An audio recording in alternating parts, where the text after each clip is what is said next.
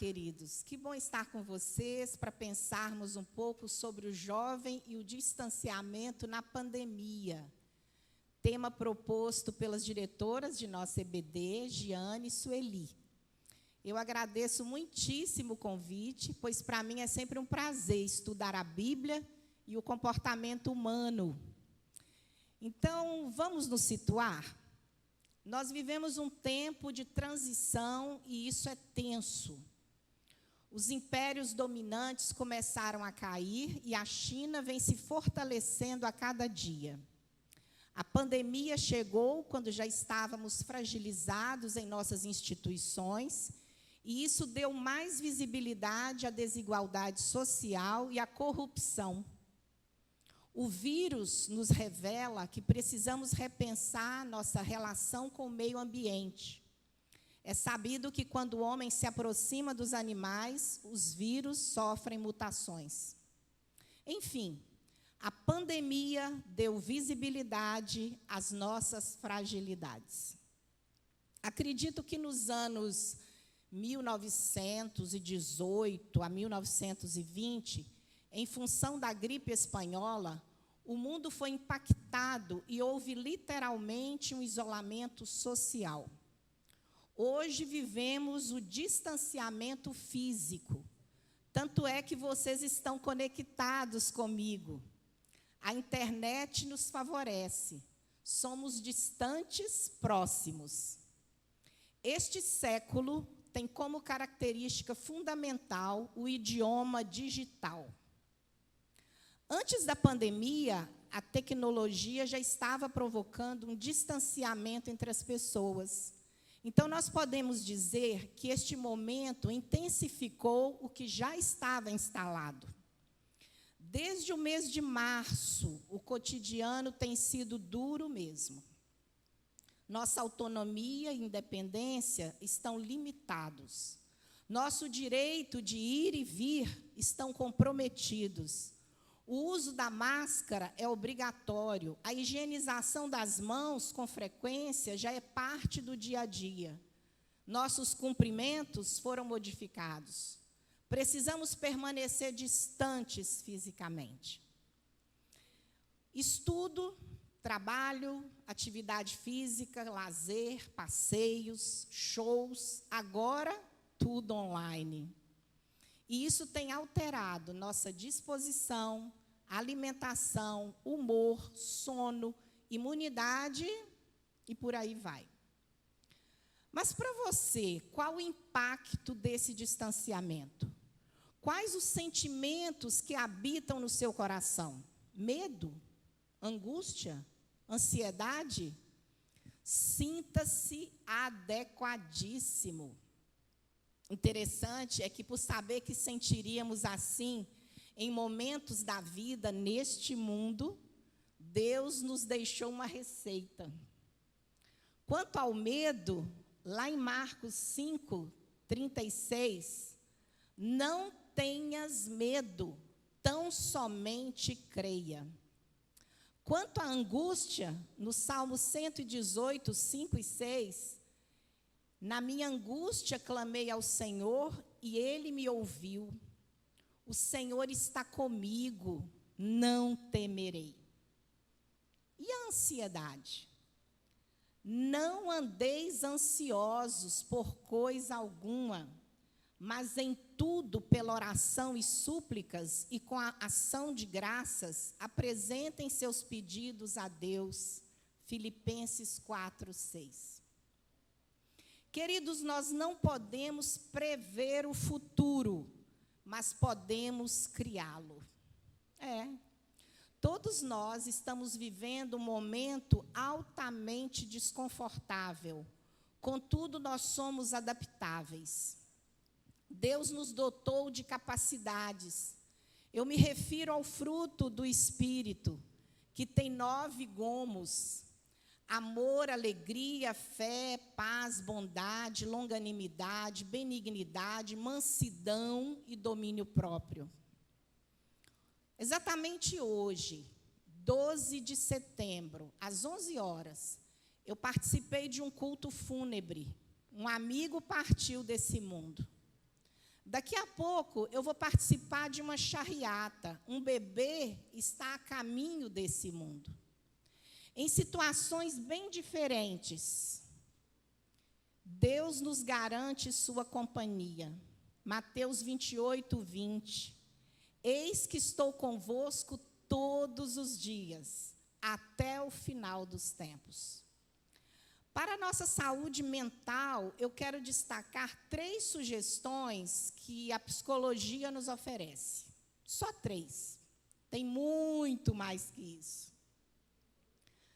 A primeira sugestão é aceitar o contexto como desafio. Suzane Cobasa, ela é da Universidade de Chicago, e ela percebeu em suas pesquisas que indivíduos que exibiam uma atitude de desafio, envolvimento e, consequentemente, controle, experimentaram menos sintomas emocionais e físicos durante um período estressante do que aqueles que não demonstravam essa atitude. Ou seja, quem considera as mudanças como desafios e não como ameaças, mantém-se muito mais saudável. Eu me recorro agora a uma história de um velho fazendeiro que tinha uma égua. Um dia, a égua pulou a cerca e fugiu. E aí os vizinhos disseram: agora você não tem um cavalo para puxar o arado. Que azar! E o fazendeiro disse: azar? Sorte? Quem sabe? Na semana seguinte, a égua voltou com 2 garanhões. E aí os vizinhos disseram: que sorte? Sorte? Azar? Quem sabe? Disse o fazendeiro. Numa tarde, o filho do fazendeiro tentou domar um dos garanhões. Caiu, quebrou a perna. E os vizinhos disseram: que azar? Azar? Sorte? Quem sabe? Respondeu o fazendeiro. Pouco tempo depois, alguns soldados do imperador entraram na cidade e recrutaram o filho mais velho de todas as famílias, mas só o filho do fazendeiro ficou por causa da perna quebrada. Seu filho é o único primogênito na província que não foi afastado da família. Disseram os vizinhos: que sorte! Essa história caracteriza uma atitude flexível. Em essência, ela demonstra para a gente que, seja qual for a situação ou qual for a interpretação dos fatos, desenvolver certa tranquilidade ou uma atitude positiva em relação à incerteza é uma maneira de nos adaptarmos ao estresse e às dificuldades do cotidiano. Portanto, aceitar o contexto como desafio e não como ameaça. Essa distância entre nós é um desafio e não uma ameaça. Em segundo lugar, eu quero dizer para vocês que desenvolver a capacidade de suportar aquilo que não pode ser alterado também faz parte da nossa saúde mental. Ana Landers, ela disse assim: espere os problemas como partes inevitáveis da vida. E quando eles chegarem, erga a cabeça e encare-os e diga: serei maior que vocês. Vocês não podem me derrotar.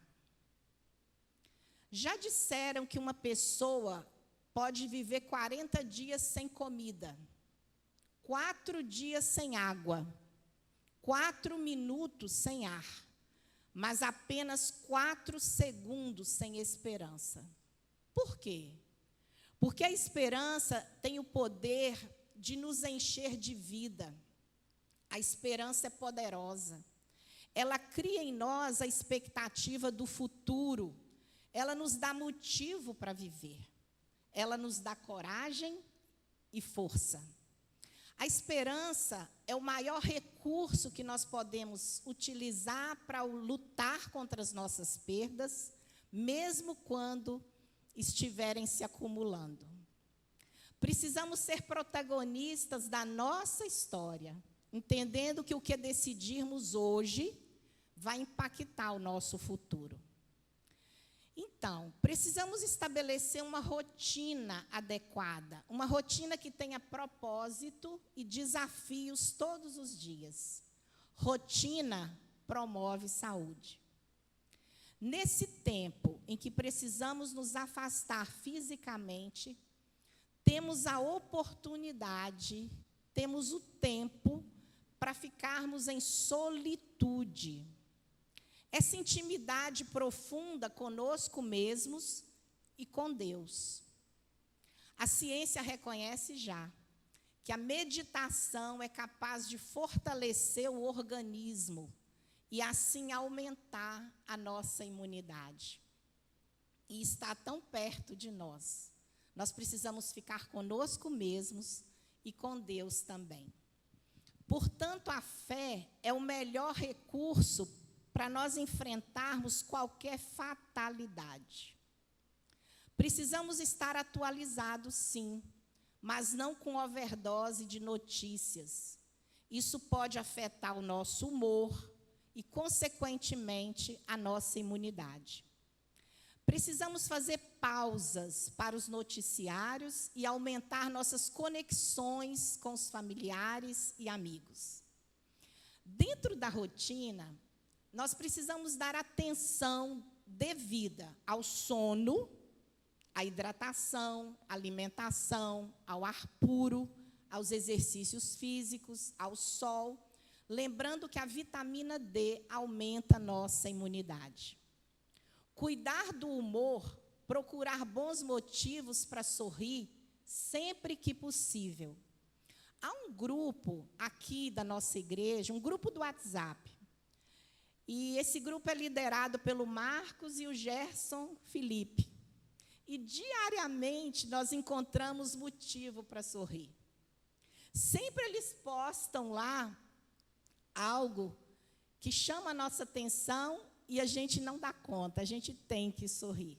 Interessante é que isso nos possibilita a liberação de serotonina e endorfina, hormônios da alegria e do prazer. E diminui o nosso cortisol e adrenalina, que são os hormônios do estresse. Nesse tempo, é também interessante resgatar um hobby que também vai promover sua saúde. Você tem a oportunidade de ficar consigo mesmo e fortalecer a sua fé. E, por último, eu gostaria de ativar com você 3 Gs. A gentileza, a generosidade e a gratidão. Gentileza, a ciência já reconhece que é uma expressão de carinho e afeto. E quando nós somos gentis, nós mandamos recados para o cérebro. Que recado seria esse? Olha, está tudo bem. Então, quando você faz um carinho, seja através de uma imagem ou da sua voz, você está dizendo para a pessoa que está tudo bem. E é interessante quando isso acontece, as áreas do perigo também, as atividades são diminuídas. Então, quando nós recebemos carinho, nós temos também bem-estar e nós promovemos saúde também interna. Além disso, nós temos substâncias da felicidade, a dopamina e a serotonina, que são abundantes e são ativadas também no nosso cérebro. Portanto, nós temos células especializadas que respondem à gentileza, comportamentos sociais adequados, indispensáveis para a nossa sobrevivência. E a sobrevivência física e também emocional. Receber carinho aumenta a nossa ocitocina, hormônio considerado a cola social, que promove interação. Quando alguém é muito querido, é porque ele promove alegria, bem-estar. Você já deve ter tido oportunidade de estar num ambiente E quando chega alguém que faz isso, que promove alegria sempre, você fala: olha, fulano chegou, que bom. E isso é sinal de saúde também. Indivíduos que recebem carinho apresentam menos ansiedade. Olha que interessante. Tem mais disposição para enfrentar desafios, tem menos medo e melhor memória. Expressar amor através do carinho traz benefícios e gera felicidade. Por isso, não economizemos na expressão de carinho e ternura. Seu cérebro e o de quem recebe também vão agradecer. Hoje, mais do que nunca, nossas postagens, nossos comentários são formas de também demonstrarmos carinho. Eu digo isso porque nós estamos muito conectados. E hoje, em função do distanciamento físico, nós podemos também nos encontrar online. A generosidade, o ato de ajudar os outros é extremamente importante também. Todos nós experimentamos a sensação prazerosa de ajudar alguém. Interessante é que, às vezes, alguém bate no peito e diz assim: eu não faço mal. E aí seria importante a gente perguntar: e qual o bem que você faz? Porque a Bíblia diz que, se você sabe fazer o bem e não faz, você já comete pecado. Então, não é só deixar de fazer o mal, nós precisamos fazer o bem. Há um estudo que sugere que a generosidade é algo natural ao ser humano. Tanto é que, quando nós assistimos na mídia alguém que comete um abuso, que faz alguém sofrer, nós dizemos assim: esse homem é desumano, essa mulher é desumana. Porque ajudar alguém é algo inerente ao ser humano. Portanto, nós podemos e damos conta de, mesmo online, nós podemos ajudar alguém. A gratidão. Eu disse 3 Gs, né? Gentileza, generosidade e a gratidão. A gratidão é considerada a mais nobre das virtudes. É uma marca do caráter de uma pessoa. É um sentimento que se pode expressar de várias maneiras. Essa semana, um torcedor teve uma gratidão enorme pelo seu time, porque ele foi campeão. E a forma da gente agradecer pode ser um estardalhaço, uma alegria esplêndida, mas também pode ser em silêncio a sua gratidão. A gratidão nos revigora, vasculariza nossas veias, e agradecer é tão benéfico quanto perdoar. Nós precisamos agradecer nas mínimas coisas. Nosso coração precisa ser grato pelo que nós somos, pelo que nós temos. Eu gosto muito de 2 falas de 2 ex-presidentes dos Estados Unidos. O Barack Obama, ele dizia assim: faça o melhor que você pode. E Roosevelt, há muitos anos atrás, ele falou assim: faça o que você pode, com o que você tem, no lugar que você está. Muitas vezes nós nos boicotamos dizendo assim: eu não faço isso porque eu não tenho isso e nem aquilo. E aí a gente pergunta: e você faz o melhor com o que você tem? Você é grato ao Senhor pelos dons, talentos e habilidades que Ele deu a você? Nós temos como palavra de ordem, jovens, adultos, idosos, o aprimoramento. Mas nós precisamos nos comparar conosco mesmos. É uma injustiça a gente se comparar com alguém, porque a nossa história de vida é diferente, o outro é diferente. Então, para que a gente se aperfeiçoe, nós precisamos nos comparar conosco mesmos. Deus não errou quando Ele me fez. Deus não errou quando Ele te fez. Por isso que nós precisamos ser gratos em todo o tempo.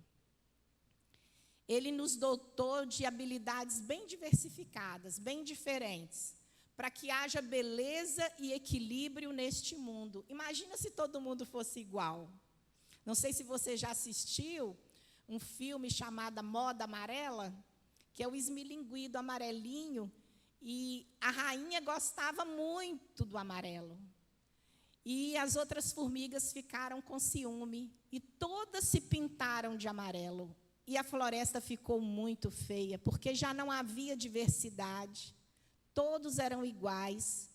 E Deus deu a cada um de nós diversos dons, habilidades, e nós podemos usar tudo isso para a glória dele, para o enriquecimento nosso, seja em todas as áreas da vida, e para o encantamento das pessoas também. Nós precisamos uns dos outros, mesmo que não queiramos, mas nós precisamos uns dos outros. Nossa vida fica mais fácil quando todos colaboram. Somos únicos, somos insubstituíveis. E há um texto interessante, eu trouxe para vocês um texto do Augusto Cury. Diz assim: ser feliz não é ter um céu sem tempestades, caminhos sem acidentes, trabalho sem fadigas, relacionamentos sem decepções. Ser feliz é encontrar força no perdão, esperança nas batalhas, segurança no palco do medo, amor nos desencontros. Ser feliz não é apenas comemorar o sucesso, mas aprender lições nos fracassos. Ser feliz não é apenas ter júbilo nos aplausos, mas encontrar alegria no anonimato. Ser feliz é reconhecer que vale a pena viver a vida, apesar de todos os desafios, incompreensões e períodos de crise. Ser feliz não é uma fatalidade do destino, mas uma conquista de quem sabe viajar para dentro do seu próprio ser. Ser feliz é deixar de ser vítima dos problemas e se tornar um autor da própria história. É atravessar desertos fora de si e ser capaz de encontrar um oásis no recôndito da sua alma. É agradecer a Deus a cada manhã pelo milagre da vida. Ser feliz é não ter medo dos próprios sentimentos, é saber falar de si mesmo, é ter coragem para ouvir um não, é ter segurança para receber uma crítica, mesmo que injusta, é beijar os filhos, curtir os pais, é ter momentos poéticos com os amigos, mesmo que eles nos magoem. Ser feliz é deixar viver a criança livre, alegre e simples que mora dentro de cada um de nós. É ter maturidade para falar, eu errei. É ter ousadia para dizer, me perdoe. É ter sensibilidade para expressar, eu preciso de você. É ter capacidade de dizer, eu te amo.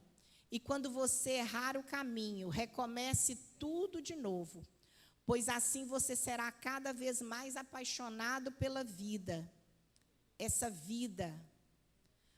Ser feliz não é ter uma vida perfeita, mas usar as lágrimas para irrigar a tolerância, usar as perdas para refinar a paciência, usar as falhas para esculpir a serenidade, usar a dor para lapidar o prazer, usar os obstáculos para abrir as janelas da inteligência. Enfim, ser feliz é gostar de viver. E a nossa vida é uma pessoa.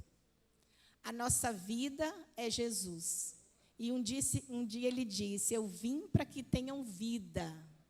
Ele veio, deu a vida para que tivéssemos vida.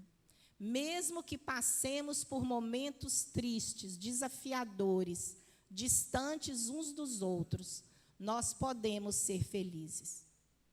Agradeço a atenção de vocês e espero ter colaborado para uma reflexão, para um certo incômodo e para reforçar algumas posturas que certamente vocês já estão adotando. Que sejamos mais sábios e amorosos, cuidando de nós mesmos e também dos outros. Que Deus nos capacite para isso.